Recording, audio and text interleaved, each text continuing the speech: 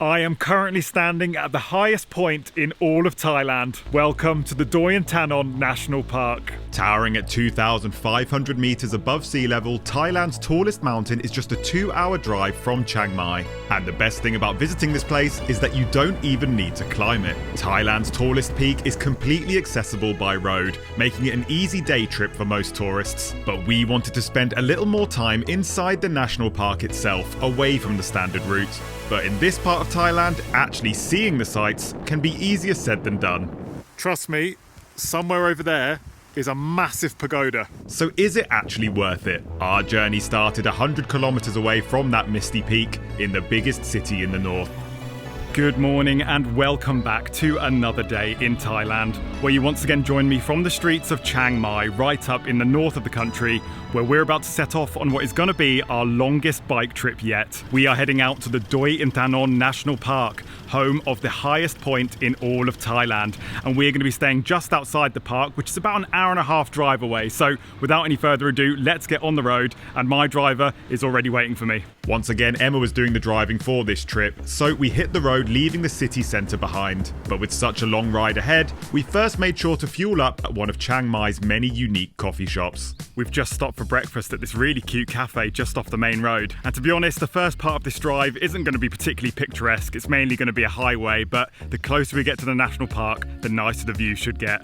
But first, eggs. After that quick stop, we joined the highway heading west. This was our longest ever bike trip in Thailand, so we initially thought we might make a few more stops to break up the driving. But then we saw the weather. As you can probably tell from the grey clouds above us, it's actually pretty cold today for Thailand. And I think it's going to rain soon, so that'll be interesting.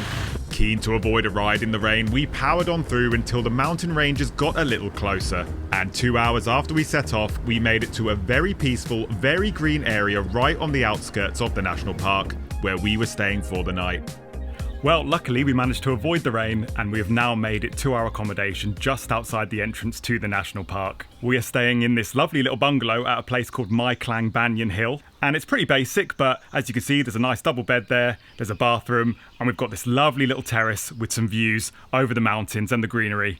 It's really nice and peaceful here. And the best part is it only cost 500 baht for the night, so that's about £12. Can't argue with that. So we're not going to wait around here for too long. We're now going to get inside the national park and drive right up to the highest point in Thailand. So let's do it. We dropped off our bigger bags and took a short drive around to the national park entrance to sort ourselves some tickets.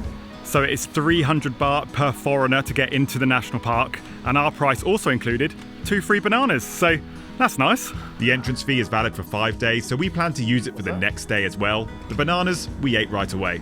Now obviously this is where the road started to get pretty steep and winding, but there's also plenty of stops to break up the climb. We've decided to get right up to the top first, and then on the way back down we might stop at a few sites. There's a lot of places to stop here, there's lots of waterfalls to see. But I tell you what, we might be going up to the highest point in Thailand, but this must be the coldest place in Thailand as well. It's absolutely freezing, and it's only going to get colder as we get higher up. This is my third layer going on. You can tell which one of us feels the cold. But it wasn't just the temperature that we needed to worry about that day. This ride was challenging enough for Emma with me sitting on the back, and that was before the rain started. Okay, it's definitely time to get the rain jacket on now.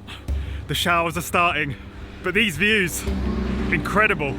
We'd been very lucky to avoid any bad weather on the journey so far, and that luck had well and truly run out. From here, the journey was about to become a whole different beast. But first, I know from personal experience that dealing with your mental health can sometimes feel like an uphill battle, especially when you're so far from home. And whether you're feeling lonely, homesick, or just a little bit lost, it can sometimes be hard to find the help that you need. So I'm very pleased to say that this video is a paid partnership with BetterHelp. BetterHelp can connect you with a credentialed therapist who's trained to listen and give you helpful, unbiased advice completely online. To get started, you can click the link down in the description to fill out a questionnaire that assesses your specific needs, and you'll usually get matched with your therapist within 48 hours or less. And I've got to say, being able to access my specific therapist from anywhere in the world has been a game changer, and BetterHelp makes it really easy to stay in touch. You can contact your therapist via phone calls, via video chat, or even with messaging if you prefer, whatever's the most comfortable for you. And you can book whatever time or day suits you, no matter what time zone you're on. Over 4 4 million people have already used BetterHelp to start living happier, healthier lives. You can get started by clicking the link in the description below or go to betterhelp.com/one-shot-adventures. And now,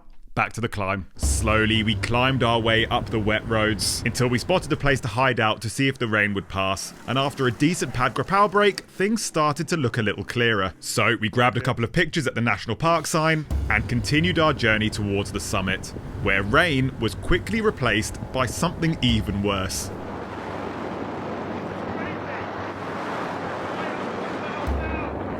At this point, we could barely see a few meters in front of us, but Emma was an absolute trooper and we powered on through the mist. Well, for the last 15-20 minutes of driving, it's basically been like this. We are genuinely right up in the clouds. We're very, very close to the summit now, and it's so atmospheric. Obviously no view, but still pretty amazing. Very Twin Peaks. After one last push up the hill, it wasn't long before the road ended and we were parked up right on the roof of Thailand. Well, here we are. We have made it up to the highest spot in Thailand, almost anyway. We just need to climb up these steps now to get to the actual point. It's very, very cold. I agree.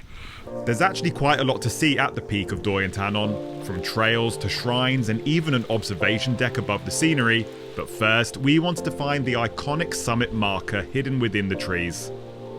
Well, here we are, guys. This is it. This is as high as you can get in all of Thailand. Pretty amazing.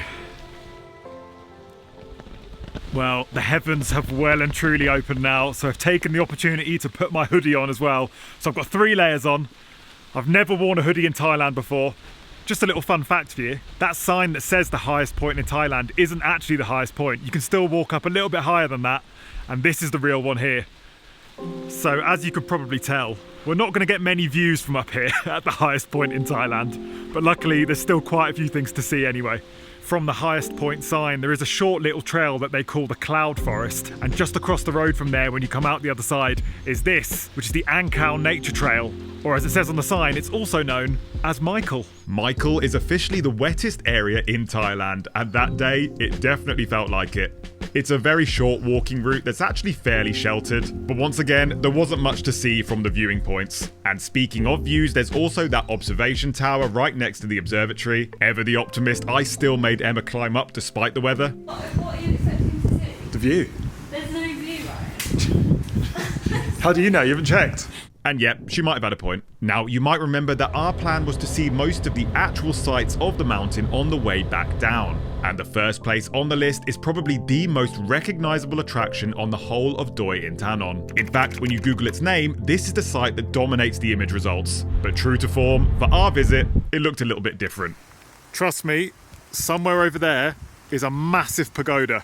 Believe it or not, there was actually 2 huge pagodas hidden within the mist. These iconic twins were built in honour of the former king, normally a towering site surrounded by beautifully manicured gardens, which we couldn't see at all. It's an extra 40 baht per person to see the palace, so we decided to wait in the cafe to see if the weather would pass, but it didn't, so we just paid them a visit anyway. We climbed up the steps, we viewed the pagodas as best as we could, and walked around those lovely gardens. It wasn't exactly what we had in mind, but at least we got a unique experience. Good morning and welcome back to another day at Doi Inthanon. Yesterday we explored the cloudy sights of the summit, and today we're going to go a little bit deeper into the national park to check out some waterfalls and also go on a trek to find some very local coffee. So let's get back on the bike. We actually had a really good night's sleep here in our little bungalow. It's so peaceful out here. And we actually checked out some of the reviews on booking.com and somebody said that they all look like little Simpsons houses, and do you know what? I can see what they mean. We headed straight back into the national park to start making some amends. We didn't get to do much sightseeing beyond the peak on day 1, so we kicked things off with another iconic stop. We have now made it to our first stop on day 2, which is the Wachirathan Waterfall. And I've got to say, this is probably the most impressive waterfall I've ever seen in Thailand. Take a look at it. But we saved the very best stop until last. The Doi Inthanon hillsides are home to many different nature trails, and the Padok Siew trail is definitely one of the best. You have to pay 220 baht to do the trail with a guide, which ended up being really good. We spent around an hour with Joe, who grew up in the mountain villages of this area. The trail itself starts in the forest before eventually joining up with the river, which leads to a series of many different waterfalls. And as you head further and further down, they just get more and more impressive.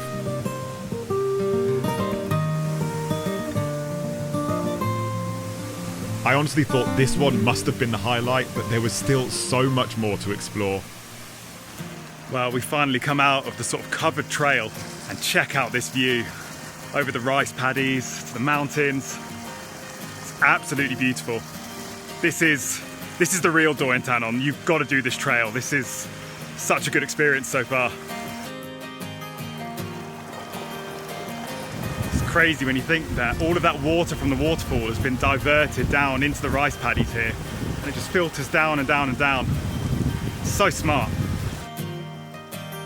And as the trail kept getting lower into the valley, we finally started to see some of the signs of one of this region's biggest exports. And down in the village right at the end of the trail, there's plenty of places to give it a try.